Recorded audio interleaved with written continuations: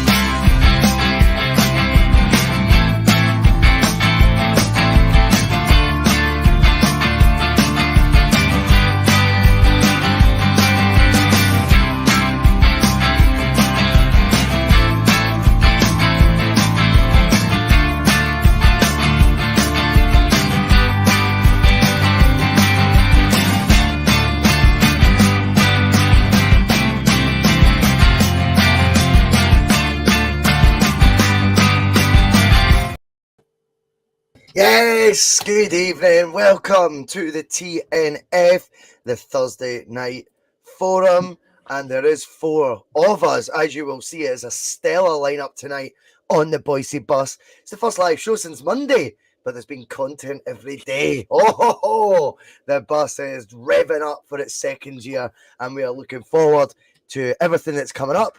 But none more so than starting all that with tonight. Phil McGinley joins us top right, bottom left, the Judge Kearney, and Connor Carl joins us as well. Good to see you, boys. How's everyone doing? I'm doing very well, mate. Yourself? Good. Looking forward to this, man. Not done a live show twice in a week. That's nothing for us. Absolutely nothing. Missing the football big time just now. Can't deny that. I think it's getting to the stage now where, and I mean, I've got to say, it's not a poor second. It's a poor second for me is watching the World Cup. But with that not on as well, I'm like, fucking hell. It really is pretty dull. So, yeah, just looking forward to getting back to business. And I think next week we'll see, the bus get busier as we gear ahead to what will be a massive match at the weekend, or the following weekend at Bustalgia, and then obviously kicking into the second half of the season, New Year derbies, all that carry on. Oh, all the nerves are going to be shredded, and we'll ask ourselves, why do we do this to ourselves all over again? What is it we were looking forward to? Why do we look forward to putting ourselves through this emotional torture? Phil McGinley, how are you, big man? You all right? I'm doing absolutely fine, mate. Absolutely fine. Again, congratulations on the 1 year of the bus. Nice, mate. Aye, it was, you were the star of the show at the old G4 Studios, mate. You were outstanding, so well done, you. Connor, what's happening, mate? You got any more audio issues for us? Oh, honestly, like, you better start fucking paying me so I can start contributing to this bus a bit more, boys. It's getting ridiculous now. The equipment you're leaving me with, honestly, it's a sham. But no, I'm very, very well. I'm very well. You're talking about the top. I just want to give a wee quick shout out. I got this from the Glasgow Celtic wear. It is a page on Instagram run by a lovely fella named Kieran, and he also has a stall at the Barras on the weekdays. I think it's Monday to Friday, and also there's the weekends as well. He's also open till midnight on Christmas Eve. So if you're looking for some really good quality, retro Celtic tops, player issue tops, sign tops. Not just Celtic, by the way. They do. He does Rangers. He does. There's other teams as well, like international teams and stuff like that. So just be sure to. Fuck's sake, Connor, man. Is it you fucking get a husband deal I've with been this thinking cunt? this top thing for years. I've been looking for this thing for years. Okay, I've had to promise him I'd give him a shout out. Fucking hell, I tell you what, you're talking about folk getting paid. That's sponsorship material, son. Well, this epilogue, show is brought to you by Coca-Cola. I mean, I've not been paid to advertise Coca-Cola, but they do have a large variety of soft drinks, Fanta being one of them. You can find it in any good or bad supermarket. No, fair enough, Connor. Fair enough, mate. A big shout out to your pals. Right, okay. We are going to get stuck into it. It is a cracking shot, that. We'll be talking about Martin O'Neill later. But yes, we will talk about current affairs Celtic before we do that. All that good stuff. We need to say, do hit the subscribe button if you've not already. 3,079, I think we're up to. Creeping up all the time, even though we've not had Celtic to enjoy at this moment in time. But also, on top of that, do hit the like button because it gets to show the traction on YouTube and algorithms and all that carry on. And keep the comment section lively because tonight is the Thursday night forum, and more than ever during this sort of period do we need your comments coming in because there ain't all that much to talk about. If there's anything else, become a Boise Bus member if you want, know that too, and thanks to everyone who has. Right, okay. Let's go. Josip Juranovic is dominating the papers again. It's back from Juranovic to Giakoumakis, back to Juranovic. We're going to have an open and frank conversation because right now it's Atletico Madrid, the most recent link, and we know that one cropped up in the summer. We wondered what was behind it, Phil. We wondered, what is this all about? What's going on here? You know, is that agents at work? Is it the player trying to angle for a move? Is it the media, trying to stir the pot? Is it Celtic trying to flog an asset because they tend to in the summer? We weren't quite sure. We looked at all the possible situations. Now this rumours came up again, and I think it's the third time now for Juranovic to be linked specifically with certain clubs. We need to now start talking about this from a Celtic prism. I couldn't give a monkey's what club he goes to. Good luck to him, yada yada. That's fine. And best wishes and thanks for the profit. But the key question for me, Phil McGinley, is how much profit is it Celtic going to make on the Croatian international? Well, there's a few angles to this. Obviously, the club hold the cards at the moment where he's a player, he's got a significant contract against him, so when he's a World Cup's quarter finalist as it stands right now, that could obviously change in the next 24 hours.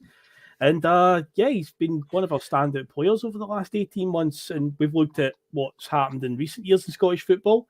Players with lesser time on their contract, playing for lesser international teams, have went for some big fees. So what can we really command for them? I mean, I would say upwards of 15 million, I think, is an outside realms possibility.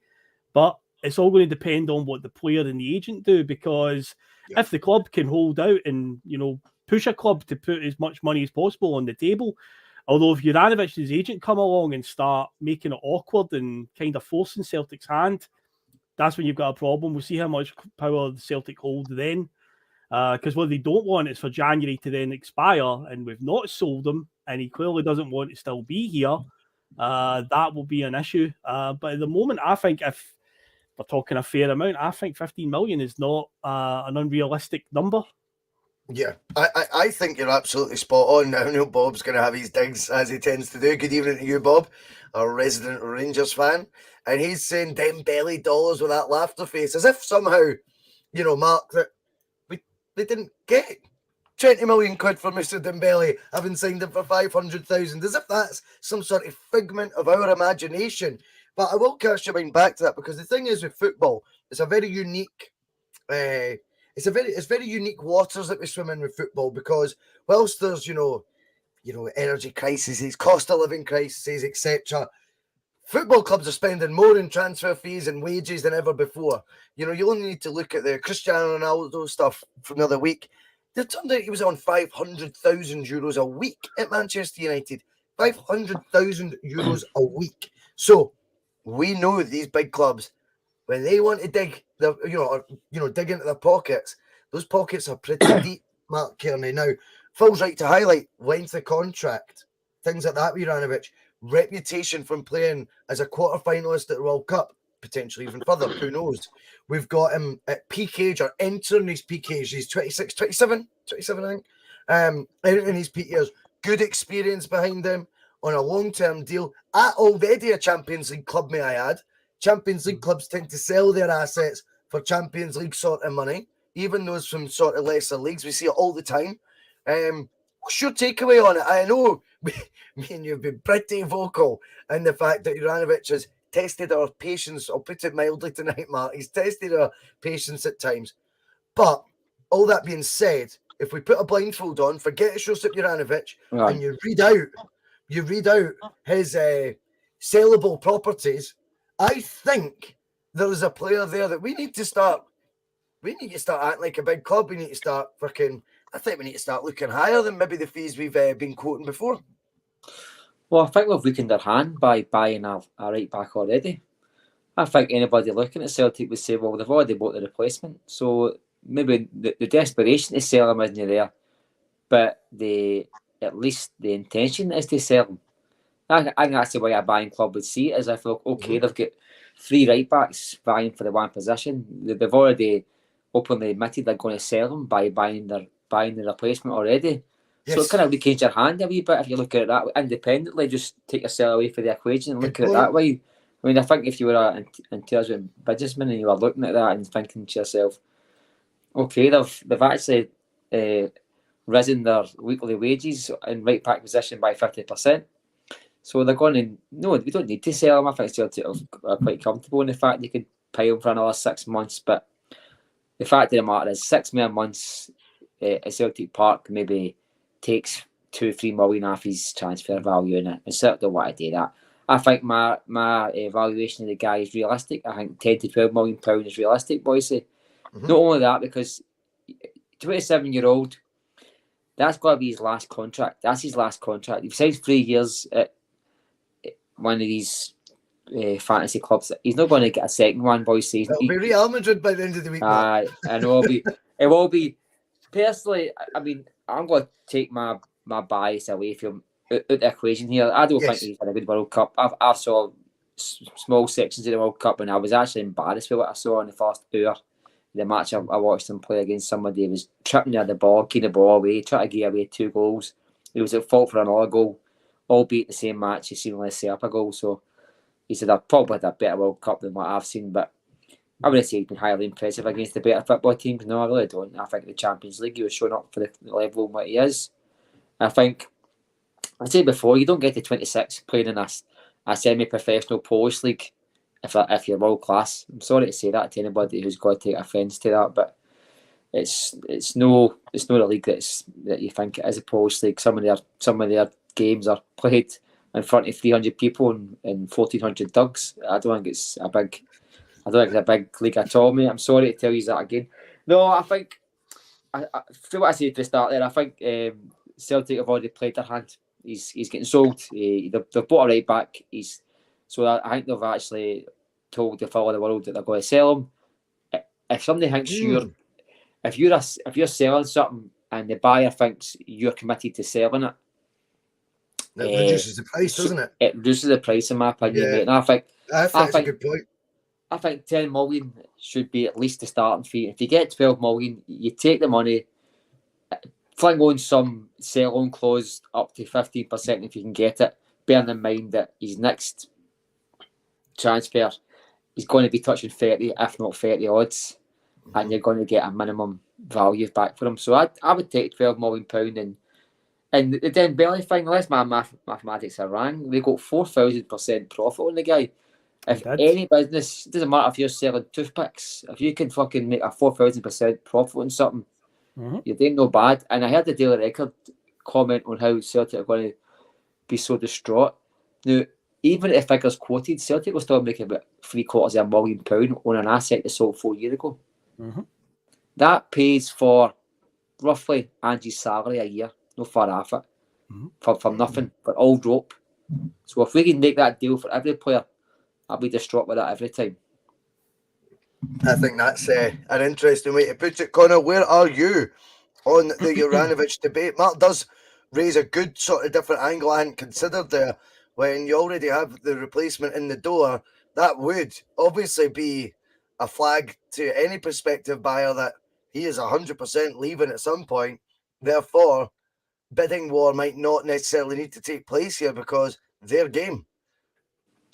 I mean, Celtic flashing the ankle at the clubs to just say that he's up for sale. So I think I always feel that transfers are a very, very like muddy waters to get into, because what we value a player might be a lot less than what a club values a player for, or could be the club values a player for a lot more.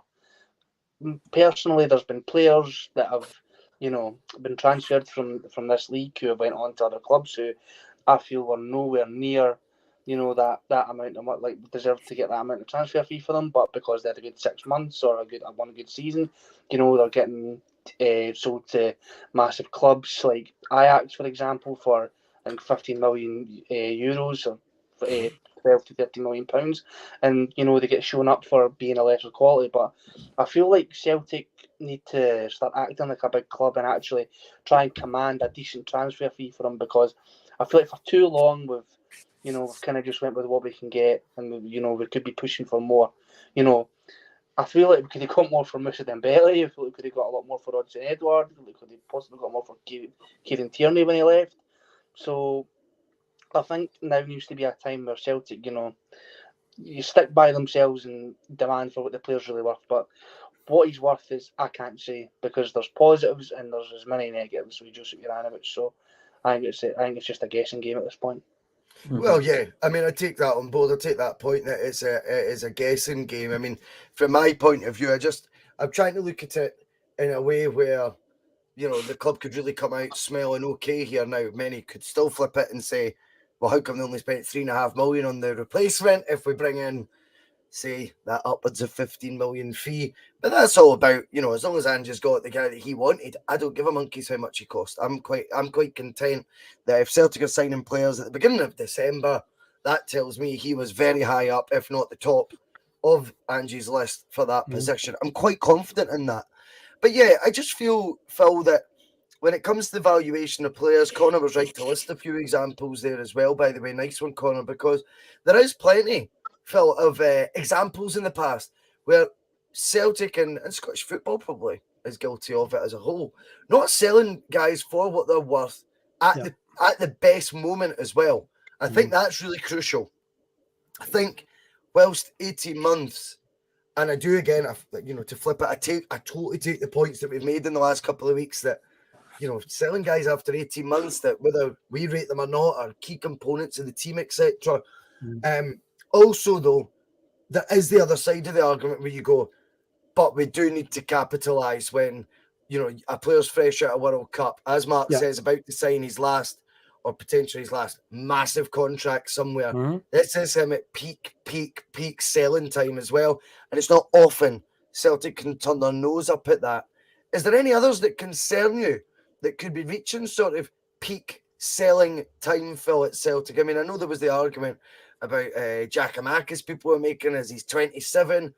I don't subscribe to it. I don't think he's got much mileage on the clock. I don't think as a 27-year-old he's played nearly as many games of football as most 27-year-olds would have. Therefore, I think he's in good nick and not someone that you would be in a rush to sell quite at this moment. But I think when you factor in the likes of the World Cup just finishing, the fact he's probably angling for a move, and the fact he was angling for a move after 1 year, but we had obviously very cleverly tied him down to this 5-year deal when he joined, Phil, I think there's quite a compelling argument to say, look, we're well stocked in that area now. Andrew's got his man already before January. Now is the best moment to sell Josip Juranovic for the highest possible fee. Do you agree with that? In terms of, is there anybody else who's at that stage yet? Age-wise, in a similar bracket, obviously there is Kyogo, but I think Kyogo's the type of guy that as long as Ange is here, he'll stay here. I don't think there's any danger of him going. Giakoumakis, obviously these stories have came out in the last week or so. I'm not sure. I think out of him and Juranovic at the moment, where there's a bit of a cloud over if they're going to leave. I think Giakoumakis is more likely to agree to a deal and stay for a bit longer. The two players that I think Celtic are probably sitting on, there's still a couple of years in them where they'll cash in, are probably Hatate and Matt O'Reilly. I suppose Jota as well. He might be one that they might cash in on a bit quicker, but I think O'Reilly could still have a good 2-3 years. But Jota, see, I don't want it to happen. I think Jota's the best player on the team on his day. I think Jota is the superstar of the team. Obviously Carter Vickers as well is another one. There is a few assets there. That was what I was getting at. Yeah, there is a few. I'm kind of covering all bases. As you don't want to imagine, but sadly, that's the reality we're in. We've seen it over the last decade. When Virgil van Dijk joined, you knew we're going to get 2-3 years maximum at this guy. Moussa Dembele. Even when Kieran Tierney was coming through, even though it's like, that's a guy you thought we wouldn't lose because he's Celtic through and through. Even that happened as well. So nobody's really safe at the moment. And we are in that day and age nowadays where, fortunately, Celtic are just in a position where, teams will come along and just go, I love him, thank you very much. But yeah, Celtic are going to have to be strong in this one and, try and get as much as they can. Because, there has been players that have went from other teams as well. I mean, I've seen Patterson's name coming up in the chat at one point, and I'm like, that's right. Patterson went for an obscene amount of cash and only played like a handful of games for Rangers. It's like Juranovic is an established first-team player at Celtic, and we keep saying it, he's a Croatian international, and that means something around here, it seems. So surely to God, he can get a fee in a similar region to Patterson, who barely even gets a game at Everton, you'd think. No. So Celtic need to be strong here and hold out for as much as they can get here. Yeah, no, I think you're spot on. We'll move on to the next one. Paul Mellor comes in. I happen to know Paul. I've not seen him in a while. I hope you're well, Paul. And he said, question for the panel: how do you think Celtic will fare in the Champions League with a new format coming into place in 2024? One league, 36 teams. I knew it was expanding. Is that how's it going to work? What does the one league bit mean? Right, you explain it for us, and I'll let Mark give his take. Right, 36 teams obviously, but you don't play all the other teams in it because that'd be 30 fixtures. So you will be allocated 10 fixtures. It will work out. Every team will play 10 games. You'll get 5 games at home, 5 games away. So it's not like you play Real Madrid home and away and you get that. So it could be the way the computer will work it out is every team will get an equal number of games. They'll all play 10 each. And everyone will be covered, and it just depends on who the 36 are. You'll get another. You'll get 10 games out of it.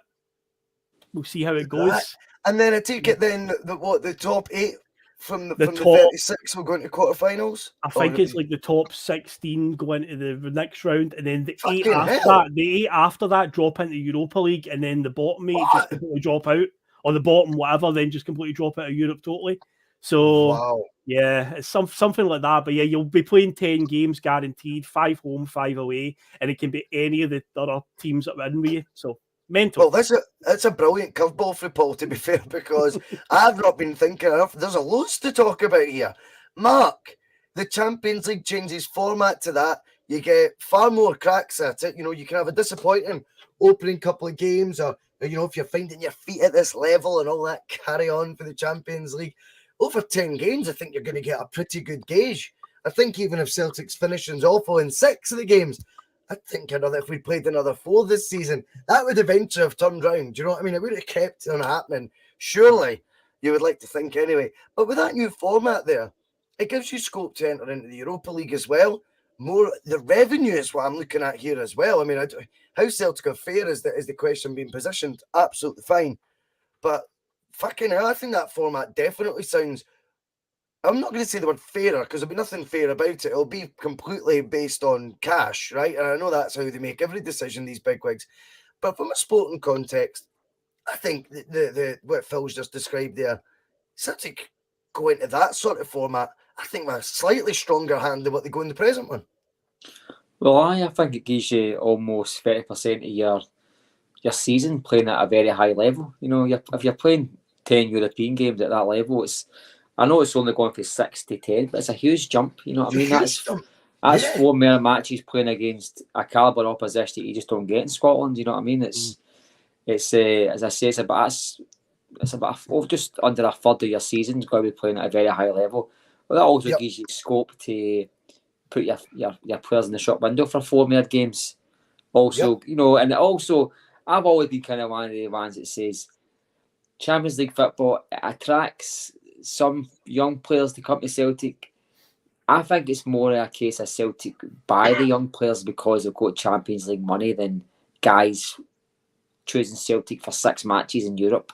I don't think that's the case at all. I think they see Celtic as a way of putting themselves in the window. I agree with that, but I don't think you go to Celtic rather than the Premier League because there's 6 European matches. I really don't. But if you get 10 European matches and it happens to be a World Cup season or a Euros season, you would actually you totally think about that when you make the decision where to go to. So it makes a big difference that way. In terms of how it's going to structure for Celtic, it's got to be the exact same as it is just now, boys. It's got to be a case of shooting for the stars, hope you land in the moon. Shoot to qualify. If you don't qualify, try and get Europa League spaces. I think it's the top sorry, 4. Mark. Just quickly though, I'm gonna guess just very quickly on that with 12, how many more teams is that? That's only 4 more than 4 more. Would that give us a better chance of our coefficient? No, I think the top 4 qualify, mate, for each group. Right. And then it's like 4 more places. So I don't know if it's the best 4 after that or where it's playoffs. I can't remember the situation. I think it's the top 4 go through to the last 16. So that would give you 12. And then there'd be 4 more places. I don't know what happened. I don't know if it's playoffs or the 4 best teams. It's something like that. I need to actually Google it to find out because it's quite interesting. I just found this, boys. Here I can put it on the screen for you. This is like a breakdown I just found online. So the top 16 will go into the last 16 in Champions League. The next 8 positions will drop into the Europa, and then the red ones at the bottom are completely knocked out of Europe. So that's how it would end. So yeah, you get 10 games. You try and get as many points as possible on the board, and if you can get into the top 24 out of the 36, you've got some kind of European football after Christmas. That appears to be how it's formatted. So you need to get the top 8. The top 8 out of each group will have European football. It's not groups, it's one solitary. No, that's one league. Is there no leagues? Is there no groups? That's what I'm saying. It's just one big league. Right, so I misread that. So it's literally the top 16. Well, that makes sense, actually. So I suppose as you go to days no finish lower than 24th when you get to be honest with you, I'm kind of glad. I'm not a big fan of teams dropping out of one competition, getting into the other. See that Europa League and then Conference League. I think if you get knocked out the qualifiers, you should just be out of Europe altogether. I think it devalues Europe, in my opinion. I think you should have once the qualifiers and get out. No, I mean, Celtic last year, we get knocked out of Europe. I think it was 29 times, I think, last year. And we just kept on getting back in through side doors and back doors and fucking your pal was a bouncer, so he let you back in again. What a shite. No, boys, sorry to answer your question quickly. I think it'll be the exact same stages we're at just now. Just shoot to try and get through to the last 16. If you don't make it, at least try and get to the Europa League. And that'll be Celtic's aim for until they get to a bigger league, mate, I'm afraid. Connor, it's an interesting one, this. It's not one that we've done much prep on. Well, no prep on whatsoever leading up to the show. But I do like it because I look at that format and think there's so much scope there to do okay. Now, predominantly, yes, you could look at Celtic's performance this year in the Champions League, put all the teams in a league table, and we'd be in that red zone that Phil showed, right? And we wouldn't be making it to the Europa League anyway. However, I think over 10 games, you're going to get a fairer assessment of how Celtic's actually sort of measured at this level. I think you're going to get a fairer sort of outcome. I think the point, and I don't mean fairer because anything happened unfairly to Celtic. I just think the amount of, on Celtic's fault, of course, but the amount of things that didn't go our way or we messed up on, I think over 10 games, you'd probably get a more even spread. Do you know what I mean? Of that. And I think when your remit is to finish in the top 24 of a 36-team league, Celtic will always be striving to finish in the top 24 of any league. You know, I think that's quite an exciting format, and I do think that's one I hadn't quite. Yes, Mitchell, I hadn't quite realised that was exactly how the format was going to be. I knew the numbers were increasing. I didn't know it was a format. Do you think that's something that they should be whetting the appetite for Celtic fans in Europe, and certainly whetting the appetite of our board? Yeah, definitely, because also, you know, it means we're actually getting. I'm not saying we don't get a fair crack of the whip at Europe, because you get what you're given and you have to beat what's in front of you. And as Celtic, we should be aiming to do decent, I think, in Europe, no matter who we're up against, or at least giving it our all, because you've seen it under O'Neill, you've seen it under Strachan, so there's no reason why we shouldn't be able to do it now. Because the And gap Neil Lennon.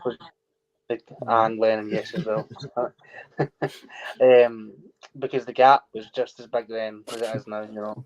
Back then we're playing against Ronaldinho's and Kaká's, and now we're playing against Neymar's and Mbappe's. I'd say they're pretty even keel. You know what I mean? So it leaves you more room for, I don't want to say error, but to have a proper stab at it, and it's not as tightly compacted as as it originally is. So you can actually, I'd say you probably have a lot more time to prepare and a lot more time to really analyse who it is we'll be playing and how to break these teams down, such and such, and keep going on like that. Also, it also means I don't think we're not going to feel as gutted anymore as after Europe, because we're at least going to get, some, because of how the format is, and I think with the way Celtic are and how big a club Celtic is, we will be getting into that, at least the top 24 every season, and that can come back to bite me when it comes in, but that's 2 years away. So this will be long forgotten by then, but, we're not going to get embarrassed in Europe anymore, and, unlike some who are officially the worst team in Champions League history, it's not going to be D-Day when it comes to Europe, and oh god, we're going to the Champions League, we're going to get battered, can we just go back to the league? No, we can get excited about Europe again. I mean, I get excited about it every year, but I understand why some people are very much just nope, so I focus on the league. I don't want to see us get turned over and stuff like that. So it's definitely an exciting prospect, and I'm looking forward to see what happens with it. Yeah, no, that was brilliant. That was good to talk about that. And we will do more digging on that probably in the close season as it becomes a year away, and we're looking ahead to hopefully Champions League football next year. Monty comes in, and this is quite topical because there's been a lot of chat in the live chat tonight about Moussa Dembele. Monty's in here as well, talking about another former Celtic. I think he was a powerhouse for Celtic as well, and he spent similar sort of time he spent at Celtic as well to Moussa. Victor Wanyama, and I think there was a bit of naughtiness, a bit of mischief making from Alistair Johnston and Victor on one of the old social media sites. Phil, Wanyama, 31, 32 now. Don't get me wrong, we've got form for signing 31, 32-year-old holding midfielders, so you never know. Yeah, we do. And on a free transfer. I don't know which one I would rather have. But I think it's interesting when you start hearing about players coming back. I just don't subscribe to Ange wanting even a Moussa Dembele back. Not because I don't. I would fucking... You know what I mean? I would have Dembele put in the back of my work shirts. You know what I mean? You'd be buzzing. You'd be buzzing. But I just get the feeling Ange is someone who's not going to want any sort of romance being involved in the decision-making, any sort of scrutiny being on a player for anything but what he's doing on the park, which, we can all have opinions on. But I think he would also feel a wee bit like, when Wanyama comes back, the pressure coming for the fans to play him because he scored that goal against Barcelona 10 years ago. Doesn't matter, it was 10 years ago. He's still just as good. You can hear it now. And I think it brings probably, when you get returning players like a Wanyama or a Dembele, unfortunately, it would bring one hell of a sideshow with it. That's where I am on it. Now, of course, that being said, in Wanyama's case, I don't think it's an argument as much for me because I just don't. I think he's not played probably at a level for a while. He was in Tottenham's reserves for 18 months. Then at Montreal, it's not exactly the sort of body of work that you'd go, fucking hell, he's ready to come to Celtic in his early 30s now. That being said, I think he would bring certainly some physical attributes that the team does lack in. He has got experience, pedigree, gets it and all that stuff, but probably not for me. The Dembele one's interesting because I know that's getting a lot of traction, as I say in the live chat tonight. Obviously, there's talk of him being available for as little as £4 million in January. People join 2+2 and go, we sign players for £4 million. Moussa will command 80 grand a week. Of course, the flip side is, Phil, that sort of money over a 5-year contract and the outlay would pay for itself with the big goals he would get in that you know, in that strive for the top 24 in the Champions League and things like that. Where do you stand on, firstly, players coming back, Phil, and secondly, in the case of Wanyama and Dembele? Not a fan of players coming back or people of other positions within the club coming back, which is topical because you should always look to move forward. Think of a time when a player did come back and it worked out really well. I mean, the only one that can really sort of stand out that came back and did do really was probably maybe Mulgrew, because he left as like a reserve, and when he came back, he had the Player of the Year season in 2012. Remember Sean Maloney left as Player of the Year? Oh, Fraser Foster. Oh, he had that, yeah, and then he had the chance to come back full time, and then opted no beside Barkas. But remember, like Maloney and stuff like that as well. Maloney left as like Player of the Year, came back a year and a half later, and it was just wasn't there. So I'm just not a big fan at all of bringing players back. And regarding Wanyama, first of all, he plays in that position, something that we've talked about on the bus plenty of times, the conundrum that is the number 6 position. How many would that make? Let's say Wanyama did turn up in January. How many would that be that we've brought in? McCarthy, Ideguchi. Aye, 5. I think you're right, Mark. McCarthy, Ideguchi. Who else have we got? Moy and Abelgard. Abelgard, that'd be the 5th. And then the question is, okay, so who does Wanyama play ahead of in the team? Because you said people will be calling out for him to play because what he did previously. It's like, you're not going to drop McGregor. He's a club captain. Nobody's going to drop Hatate because he's an absolute baller. We're not going to drop Matt O'Reilly. So it's like, well, where does Wanyama fit in? He'd only come in for like the occasional game, a bit like what Aaron Moy's been doing, a bit like that, you know? So it's like he would just end up taking up a place like that. Yep. And also, it seems like Ange has shown that he's not too bothered with the physicality thing. I mean, I seen Monty's comment. He mentioned I'd like to see Big Vic stick one on Lundstrom. And it's, I think last season when Rangers got a wee bit of luck against us and Lundstrom seemed to be like, that works for them in the middle of the park. Everyone in the Celtic fans fight, we need some physicality to fight that. I don't think Ange has got that mentality. I think he'll just be like, we'll just pass the ball around them. We'll just keep the ball moving really quickly and we'll outplay them rather than try to play them at their own game. So I don't think that a player of Wanyama's profile would be what Ange is looking for. And as much as I would love Moussa Dembele to come back, I've got to be consistent with what I said. I'm always a fan of moving forward. And you are right about his wage. His wage now will be astronomical. He's like to move to Galatasaray in Turkey. They can pay him some serious wage. They really can. So I think it'll be the wage would be a sticking point there. You're right. People have looked at that transfer fee potentially and went, oh, we could pay that. I probably could. But I can't see it happening with that one, but we do need another striker. We definitely do. Mark, returning players to Celtic Park. We moaned last week about the return of Peter Lawwell. Moussa Dembele would be one that would tickle your buzz, though. There's no getting away from it. However, I think Phil makes good arguments for both being a no. Where do you stand? I don't know why Celtic fans in particular just are scared to say cheerio. I mean, it's like having a bird that you never fall in love with. Every player that leaves Celtic, you want them back.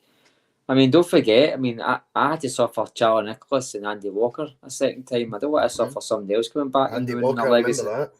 I remember Walker, that. I remember his second spell. Yeah. That was when I first started watching Celtic. I still wake up and check my calendar to make sure it's 2022, no 1992, mate. The cunt was fucking torture. Absolute torture.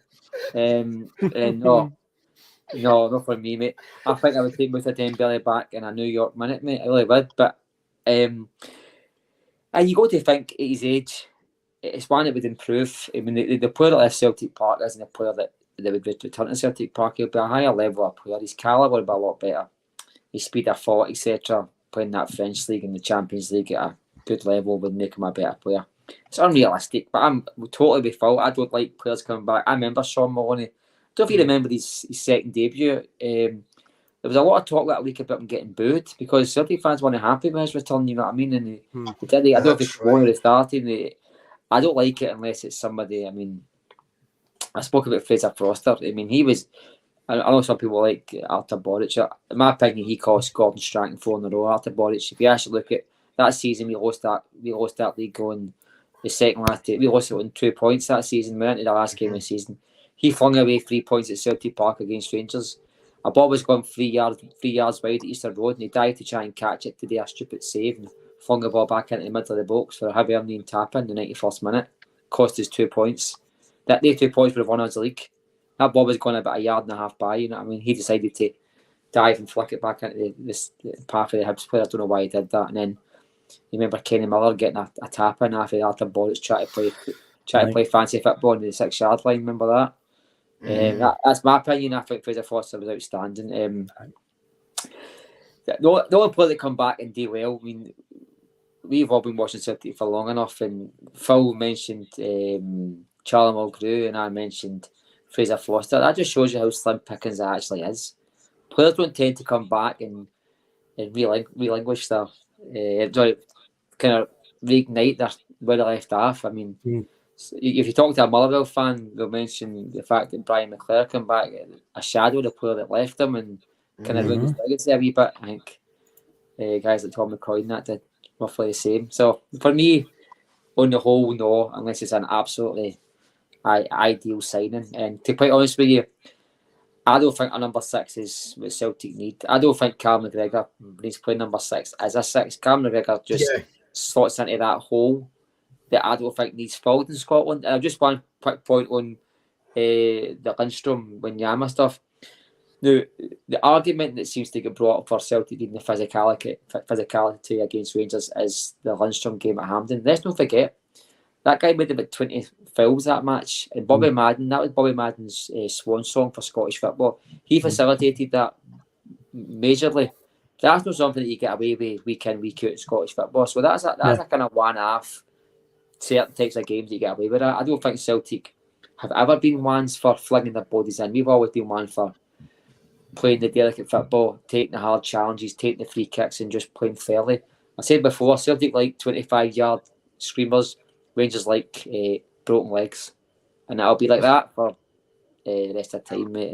And that's why I don't think Wanyama is needed or will fit in a Celtic team, especially now he's 74. Quite honest with you. Connor, yes, I mean, it's an interesting debate, returning greats. Dembele, that's certainly one that's, I would say your era, you're a bit younger than us, Connor, you're the young pup of the team. And I think Dembele would have been an iconic figure, surely, for you. You'd have been, what, in your teens when he was coming through? Am I right in saying that? Aye, I was, About 18, 19? 16? Fucking hell. Fuck me. You sure? Aye. I know. He's a cheeky bastard. No. I know I look like a rough paper round, but I am pretty sure I was that young. But, get the birth certificate. But bus pass. Don't call up already up me. Bastard, man. You've kept your looks, mate. You can say that at least. Savage tonight, mate. Savage. That sponsorship thing at the start of the show. He's just been waiting for his moment. Hey, the judge. The judge is spoken, mate. I don't want to shite. It's late. I'm sleepy. Musa for me was a pretty iconic figure. I think, obviously, before you did the Bustalgia on, Eddie versus, well, not versus, but Eddie / Dembele. I always said that I preferred Musa. I think he was just a cut above. He was really, strong and powerful, and he had an eye for goal, and he absolutely used to love to bully Rangers, and But when I'm laying out all those characteristics, they remind me of a certain Yorgi Shakimakis when I lay them all out. So I feel like we could take him back. It would be great, but I've seen this show too many times. I've seen it with players like Emilio Zagiri coming back for his second spell. It did not work out for him very well. He wasn't the same player. That's true. Patrick Roberts, everybody was screaming for him to come back, saying he was fucking sharing a bunk bed with Kieran Tierney and that, saying, "Oh, they're going to be best pals. It's going to be brilliant." And it wasn't great. So I thought James Forrest, though, I'd really went. It's an interesting one that with Roberts, because I actually think I don't think Celtic missed the boat. I think Roberts missed the boat, not committing to Celtic, if I'm completely honest on that. But I actually think, see that last season, I know what you mean, because he wasn't as effective. Actually, I always look more to James Forrest. I just think he just kicked on big time. He embraced the challenge for that jersey, and fair fucks to him on that. But go on, sorry, Connor. No, so the two of them were some, duo that team. Brilliant competition. Scott Sinclair as well. Just that whole team, I feel like every position they were pushing each other to be the best versions of themselves, and that's why it trickled in for the manager as well. But anyway, well, to cut a long story short, I'm not a big fan of players coming back, and I feel like Ange as a person, like you've probably seen it over social media and that, is like Ange getting photoshopped in like The Sopranos and The Godfather and that, and I feel like that's the way that Ange kind of treats like the transfers and that. He goes, it's no personal, it's just business. He goes, he's not got time for the fucking flowery, shited like the birthday card pish today. We're like, oh, Musa, come back, bro. I wonder what. If that was the case, then Tom Rogic would still be here and he would be in West Brom, because we love Tom Rogic and he arguably had his best season under Ange. But the manager must have not thought that he suited the role, so he did. So, I feel like that would be a step back, and we've already went a step back this season with regards to getting the old shadows creeping into the club. So I'm not. I get you. Yep. Let's have some fun here, because obviously you are in a classic shirt. We know where you got it, mate. Everyone does. But that shirt, Connor, takes you back to a fantastic time. Martin O'Neill era. Martin's been doing the rounds recently, Phil, hasn't he? He's on everything. He just randomly did 2 hours as a pundit on TalkSport yesterday with Simon Jordan and Jim White, and you could tell Simon Jordan's like he's in awe of him, but also is like likes to be alpha, and it's like it's a bit of a struggle. Martin still commands it, albeit he's not as sharp. I don't think it's what he maybe used to be, but that I suppose everyone gets older. But Martin O'Neill did a 1 hour Twitter responses sort of thing. I don't know if you guys seen it yesterday. It was brilliant. So he basically took a photo of himself in some restaurant, laptop in front of him, and boom, get your questions in. And Martin O'Neill decides that he is going to reply to as many as possible. And when they cropped up, really was interesting. Now, me and you on various Bustalgia episodes have mentioned players that have starred at a tournament. Sound filming. Did you know we had a chance to get him? And you've went, fucking hell, I didn't know about him. I'm like, yep, him as well. He was linked. So let's think, guys, about players that could have but didn't sign for Celtic. I'm not talking about, we should have went for Messi when he was 16. I don't mean like ridiculous. Let's keep it real here. Players that were linked with Celtic, players that maybe Celtic actually did have advanced talks with, and they didn't get over the line for whatever reason, or the player rejected us and went elsewhere. Because the thing is with O'Neill's reply on Twitter with regards to Brazilian legend Rivaldo was quite astonishing. And it was this. It wasn't that Celtic would have been delighted to get Rivaldo. It was Rivaldo, and Martin doesn't throw people under the bus per se. Yeah. He does not do that. He wouldn't want to cross the line. Do you know what I mean? Like, and he's got too much respect for other professionals and things. So for him to say Rivaldo was extremely interested in joining Celtic, although truth be told, I don't think it got that close. That's what he kind of said, right? Now, obviously, he might not want to admit that Celtic offered him a trial, if that's true. Who would? But it got me thinking, Phil. Any that come to mind for you that that got away? I always remember the one that I felt when Lubo left, which would have been the 2002 summer. I thought there was a player we faced that summer of 2002 called Hakan Yakin. And he was outstanding for FC Basel. Went on to have a very good career. And we were linked with him. And I think that was a player that would have been within our bracket. And then every year after that, I think we were linked with him as well briefly. But he would have been one that I think slipped through the net. And actually, that creative midfielder, we really probably missed in the 02-03s. And for all the amazing memories, Martin O'Neill's on record as well in one of the Twitter interactions saying, if Lubo, if a 27-year-old Lubo would have won in Seville. What about you? Any that come to mind?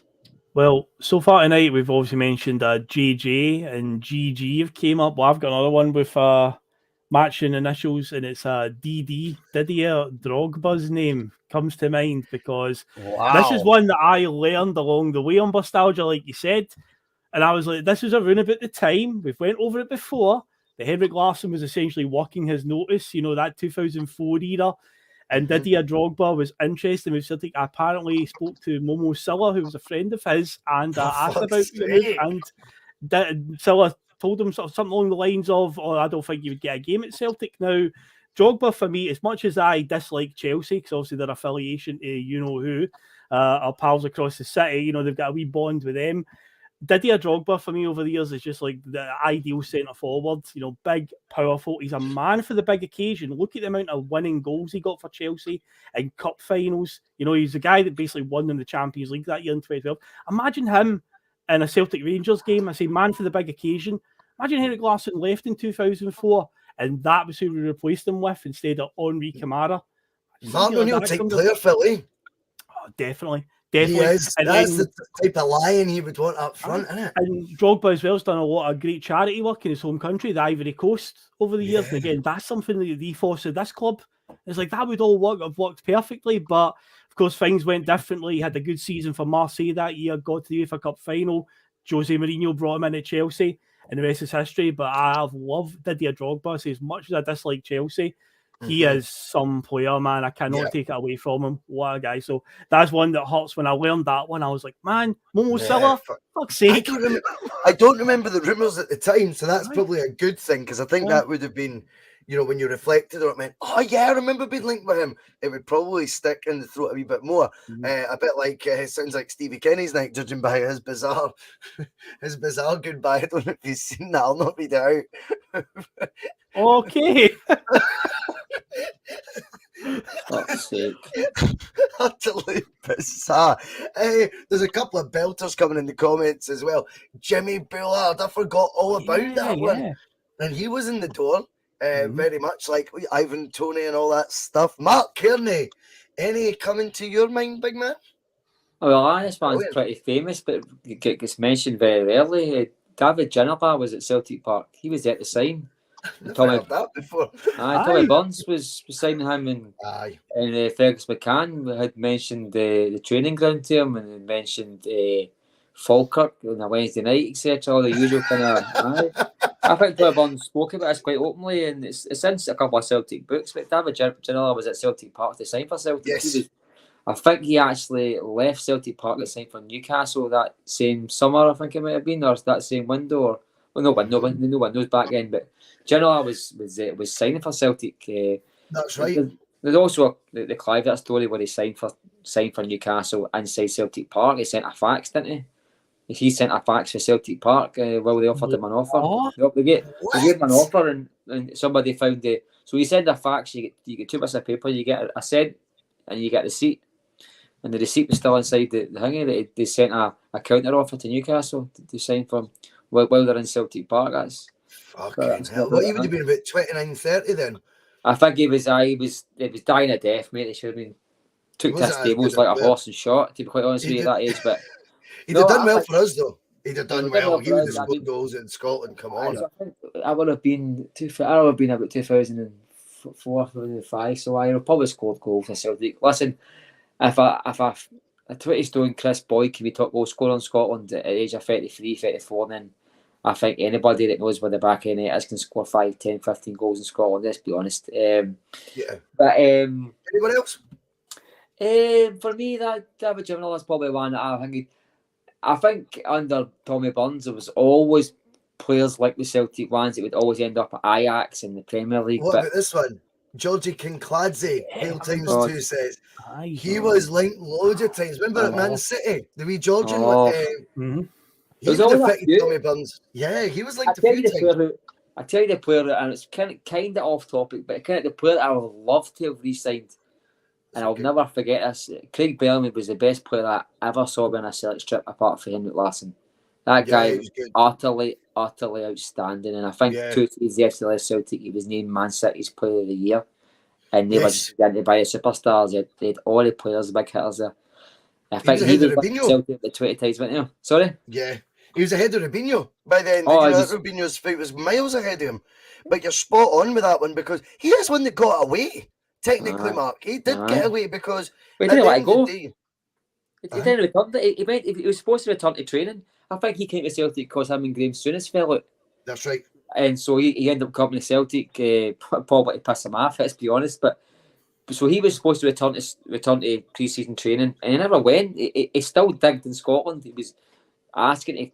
The story was he was asking to stay at Celtic, and Celtic just wouldn't pay the 5 point whatever million it was. He went to Blackburn instead. I think that guy would have stayed at Celtic Park easily. I mean, every time you hear the guy talk about Celtic, he talks about Celtic like it was by far the biggest club ever played for. He played for Man City, he played for Liverpool. The guy played for some big teams, and he talks about Celtic above them all. Yeah. When he mentions the actual pressure of a football match and the intensity of the club and the fan base. And to be quite honest with you, I mean, Liverpool and the rest of it, they're another tourist club. They'll wear sunglasses and fucking take photographs of the opposition down there and all. So I don't blame them. But I don't know about Connor, but for me, David Ginola, that is a story that you can Google and read the exact facts. But I'm sure it was Fergus McCann was kind of the one that took the blame for kind of putting him off signing, because the guy was the David Ginola that played the Premier League the following season. This was him about 27, 28 years old, Mark, as well. This is the guy coming up. He would have been class act for Celtic, but he wasn't going to be the superstar that was signing. He would probably be the superstar the following match, but he wouldn't have been the superstar that was signing for Celtic. He just went to the Premier League and turned into maybe 4 or 5 seasons one of the best players that league had. Yeah, I totally agree with that. Connor, I'm interested to get your take. Again, as I say, not in a bad, you're a different generation, so it'll be brilliant to hear some of the ones that have got away from your point of view. Well, I'll hit it with a more recent one, because obviously I'm the pup. So, you're the pup, mate. So, Ivan Toney is at Brentford, and before he signed for Brentford, this was Celtic going into their 10 in a row season. Odsonne Edouard, was making maybe a little bit of noise. Wasn't happy, but he's going to stay for 10 in a row season. But I feel we could all kind of get the vibe that Eddie was maybe just getting a wee bit fed up. He was wanting to move on.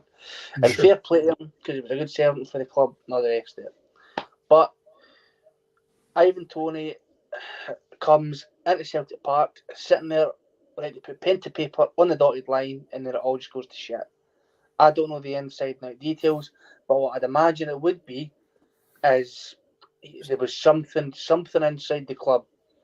It was something like 500 grand or 800 grand haggling me in the fee.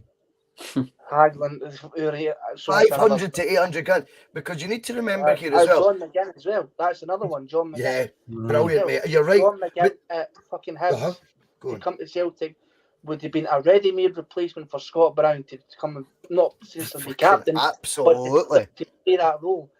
John McGinn, see what he can do in a Scotland top. Do you know what I mean? Is absolutely unbelievable. He's probably the best player in that team. And some people say that players play better for the country than do for the clubs and vice versa. But John McGinn is a Celtic player all over the back or the backside for him. But he's at Aston Villa. He's Aston Villa captain. He's been brought in. Every manager that he's worked with apparently loves him. He's great. He's got an eye for goal. He's strong. He's physical. He can turn a player. He's like a shot of Scott Brown maybe on his arse. So it's just John McGinn and Ivan Toney were the two ones for me. You look what Ivan Toney's went and done now. He's scoring, winning goals against Man City. I think he was the top scorer in the Championship when we got promoted to Brentford. Yep. But let's be honest as well, Connor. See, the thing is with Ivan Toney, he wouldn't have been difficult from a Celtic point of view or the player point of view to convince the sign for Celtic. He was coming from Peterborough, from League One in England. So let's get it right here when we it's so poignant on the week where Peter Lawwell's back at Celtic. If a guy from Peterborough gets inside the doors at Celtic Park, then it ain't going to be terms of wages and things that are going to be the stumbling block here, because he is making a meteoric jump from playing at what is their stadium called again? It's just evaded me. Oh, I should know it. What is it called? Can you imagine your face? Can you imagine going from walking into a 5,000 seater stadium to walking into the Celtic Way? Like, I mean, I don't care who you play for. Like, seeing it when you drive up to the Celtic Way, you've got to be impressed with that structure. I don't care if you play for anybody. Real Madrid, it's a very impressive structure. Driving up there, he must have went, right, I'm signing here unless they totally piss me off. And Joe, what? He's met Peter Lawwell, and Peter Lawwell's pissed him off. No, I think they've. Well, I don't think they have. Well, I'm saying convinced. that, he's It'll be the obviously fees. offered less money to the club. Of course he has, but I'm just talking about the player. I think it'll be easy to deal with. I mean, I don't agree. I mean, come on, Peterborough United. I mean, you're talking about that guy could probably go for a sandwich in the shop next door to the stadium and even get asked for his autograph. I mean, that's the level of difference he was going to. He was going for a team who I don't even know what a stadium's called, to one of the biggest clubs that's ever existed. You know what I mean? London Road. That's Oh it. Well my done, God. Michael. Of course. I did know that. Well done, mate. Well done, We pal. still managed to fuck it up. But that's the thing. That's the thing, Lawwell. Mark, on that one, because it was 500 or 800,000 pounds. That is what the sticking point came, and you just look at that and you think that's ridiculous. There's another couple for me. Paul Hartley. I know he signed, but Paul Hartley signed for us when he was just about to turn 30. 2 years before that, remember Martin O'Neill when he was in charge?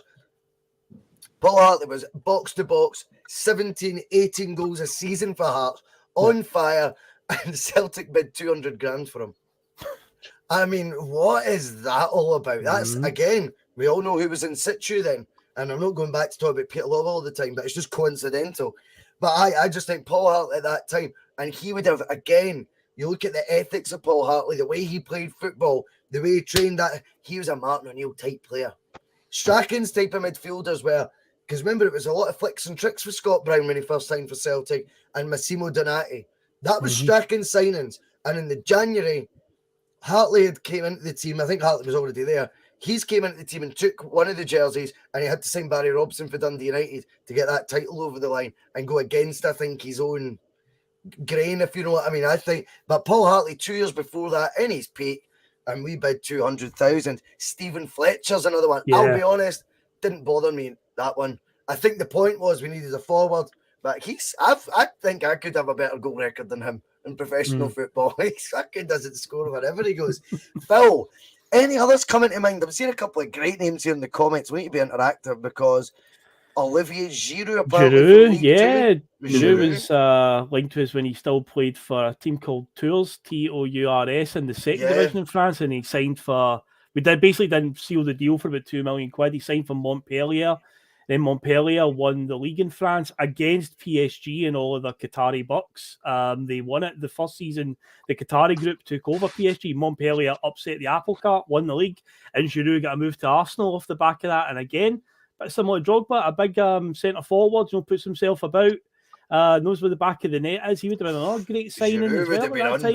But is that the team that Patrick Kisnorbo just took over in France? Oh, remember Patrick Kisnorbo for Hearts? I remember Kisnorbo. He's got a French job. Okay. That Tours. Where did you read that? Where have you read that? How do you know this information? Kisnorbo. Let's have a wee look. I think mate, listen, half my lies on the truth. That's my dad's say. So I probably made it up, but I'm pretty sure he just signed. You're not a million miles away. He is managing a team called Troy. Troy. They are in the French league. He's managing them. He's just signed. Troy, yeah. So they're saying that Angie's kind of led a path for the Australians to manage in Europe. He's went from Melbourne City to Troy. Both of those teams are part of the City group. Yeah. And he's Australian. Next manager. Could be next Celtic manager. Patrick Roberts was on loan at Troy and amongst his many loan spells he's had in the last 2 years. Yeah. Who's the wee man with the wee guy in Belly? Is that he's with? He went to. Hold on, I'll check that one. He go to Troy's or he went somewhere like that. Belly. Some team that Bustalgia or something. He went to a team called Stade Brestois 29. They've got 29 in their name, so that's the year they were for him. Good pronunciation there, Phil. I don't know what I was trying to say in West, but it sounds like a posh water. But yeah, it's been good fun. There's a couple of belter names there. Robert Prozinecki coming up. Yeah. You thought of any more, Connor? Nah, not off the top of my head. No.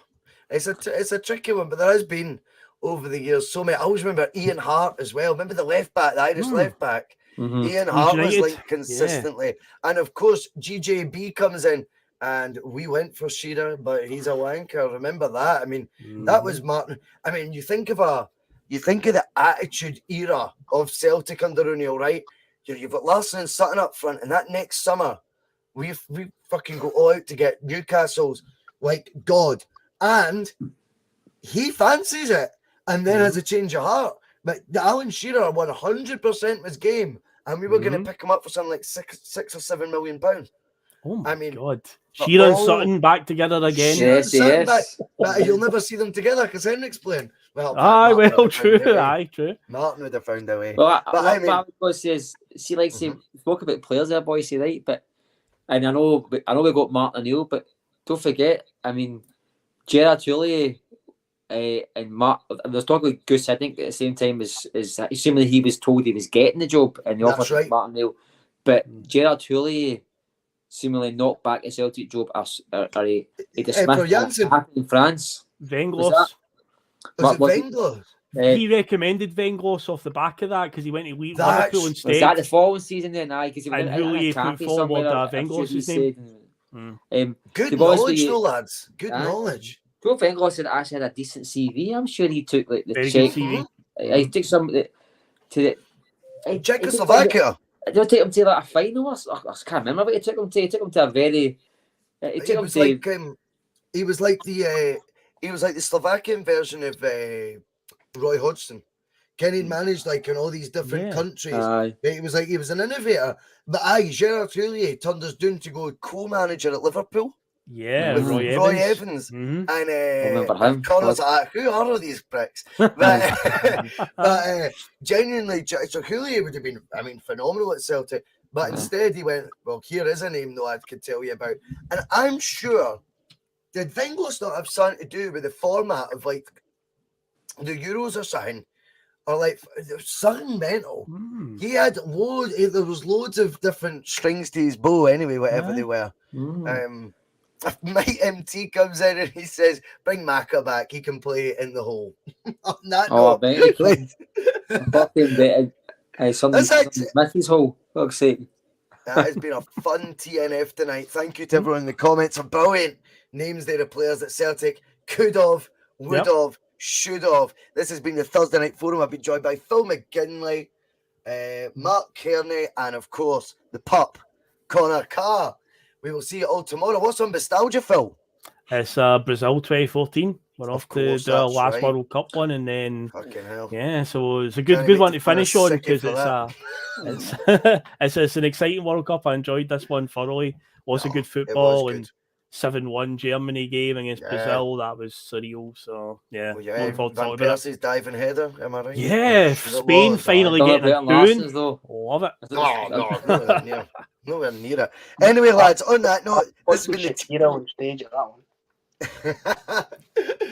I can't Shakira. Well, see you. Some of his comments about me deliberately trying to cause controversy. Well, I work in the media now, and you've got someone sitting there next to you who's an embarrassment to the media profession. He's an apologist. He's a charlatan.